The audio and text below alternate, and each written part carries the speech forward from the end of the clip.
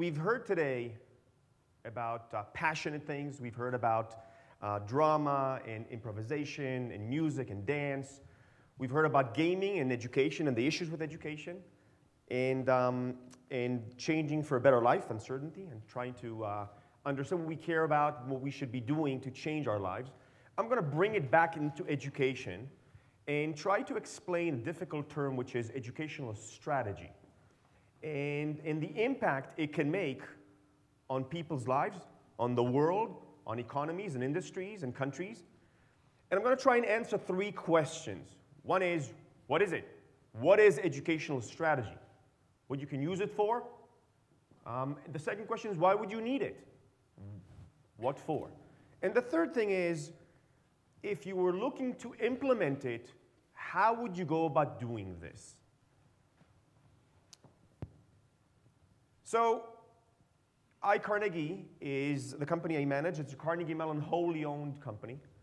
And it goes around the world, mostly in developing countries, trying to help make a difference, transform people's lives using education at various age groups, from very little K through 12 programs all the way through professional education, academic, and executives, with the idea that we can make impact, we can transform the lives of people if we try to use education in a way that is much more structured, in a strategic way.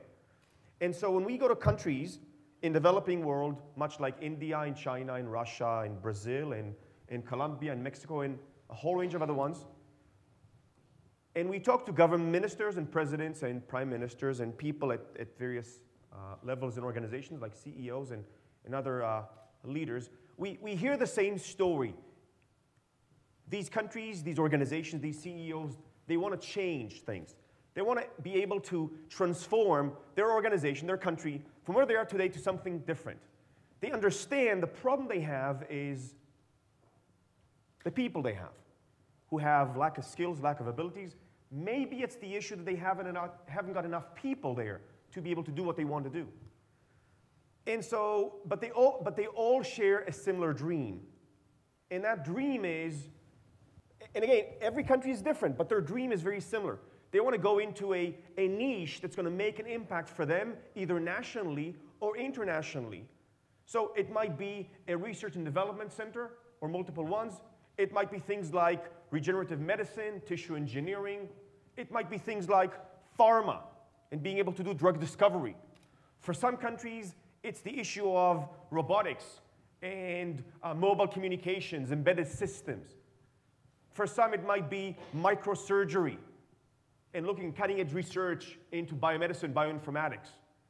But the problem they're having in reaching their dream is the people they have.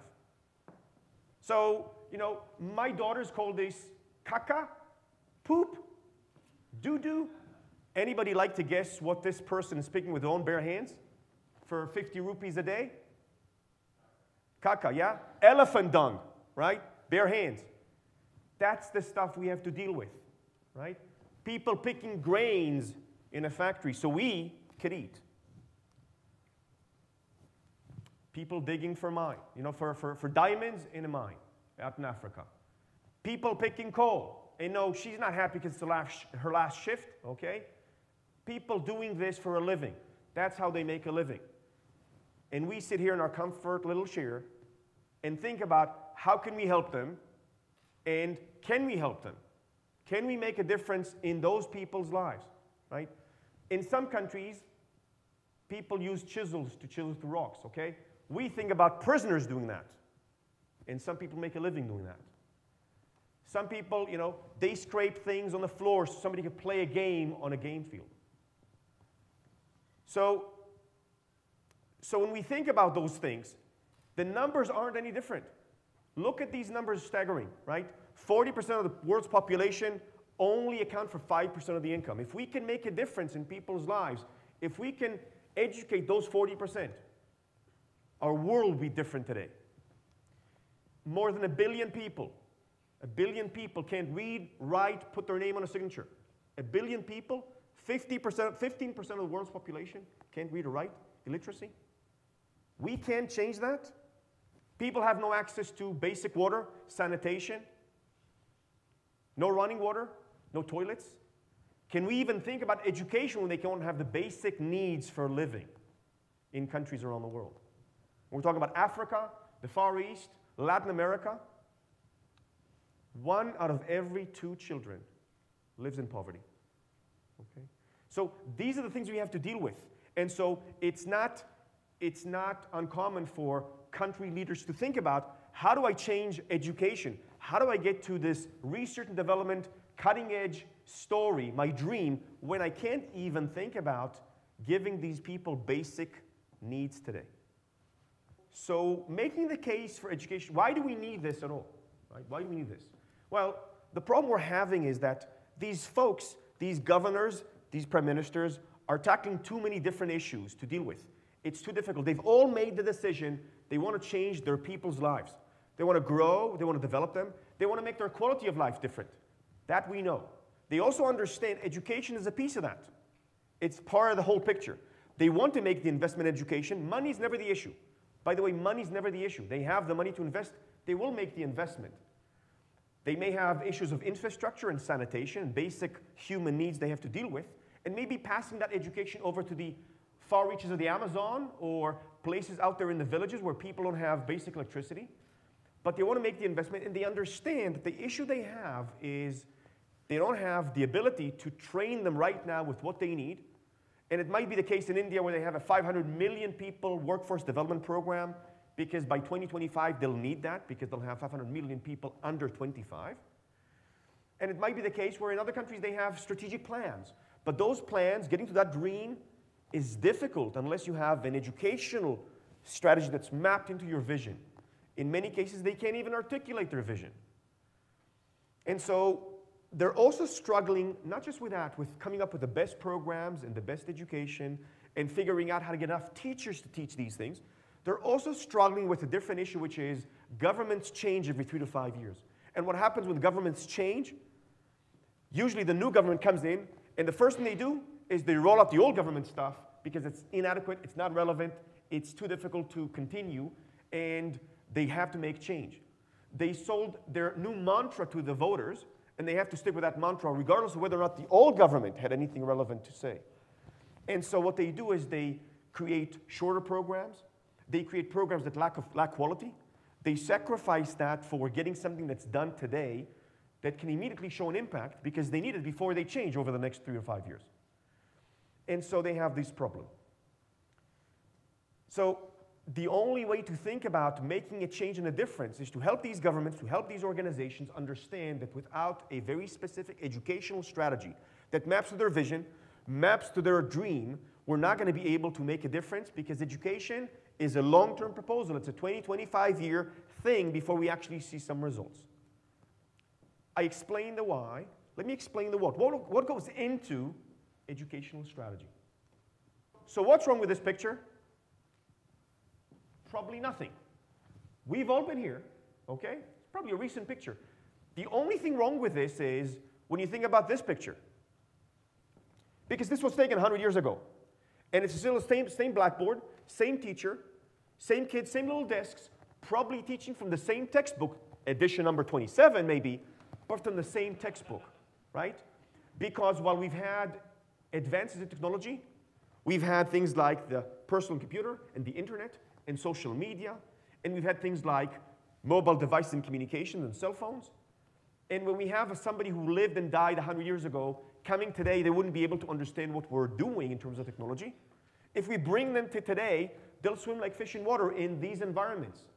Because fundamentally, education hasn't changed for 100 years, right? In many cases, may not have embraced things like entertainment technology to be able to bring it to the classrooms. I'll venture to say that we have used games for hundreds of years in militaries around the world. So we have used that to educate people, but not en masse, right? We haven't done that. And so why wouldn't we be able to change these systems even though technology is changing so rapidly?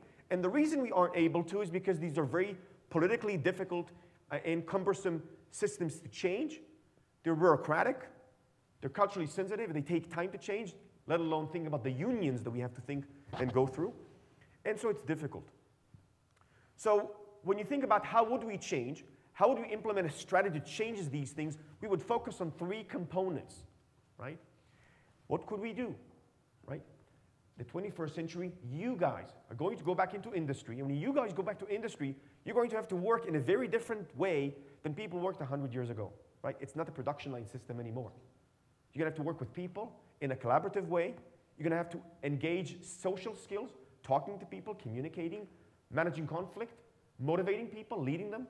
You're going to have to use skills like understanding the business behind what you do and making decisions, critically analyzing things and solving problems. We've talked about how you could use those skills to make yourself into a better person. And that means the education we develop today has to be different, right? It has to be different. It has to be outcome-based and much more specific to the kinds of things we're going to be doing when we go back to work. So I can't just throw something out there at school hoping it's going to work. I'm going to think about what industry needs from me to be able to take what industry needs and then map this to some program I teach somebody. So when I learn it on Friday, it's usable on Monday. Because if it's not usable on Monday, why am I studying it? Isn't it a waste of my time? Right? So we have to deliver, so we have to think about education, developing it differently, but that also means we have to deliver it differently. When I came to Carnegie Mellon 12 years ago, I was a young Army officer, and I came to work at the Naval ROTC program here at Carnegie Mellon. And I got on my desk 12 books, and they said, you're going to teach US naval history. And I came from Israel. What do I know about naval history? I'm an Army officer. What do I know about the US naval history? Like, holy smokes, what do I do? You got a semester, study, and you'll be just fine.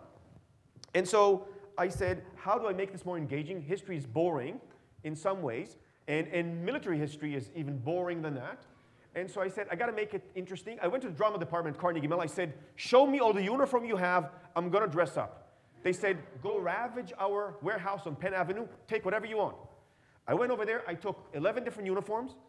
I had them tailored by the Carnegie Mellon drama department. And I showed up every class with a different set of uniforms. The other instructors thought I was loony. I was out of my mind, okay? Complete nutcase. So the students, right?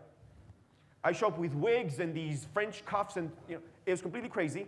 But what happened in that is students got engaged with the material.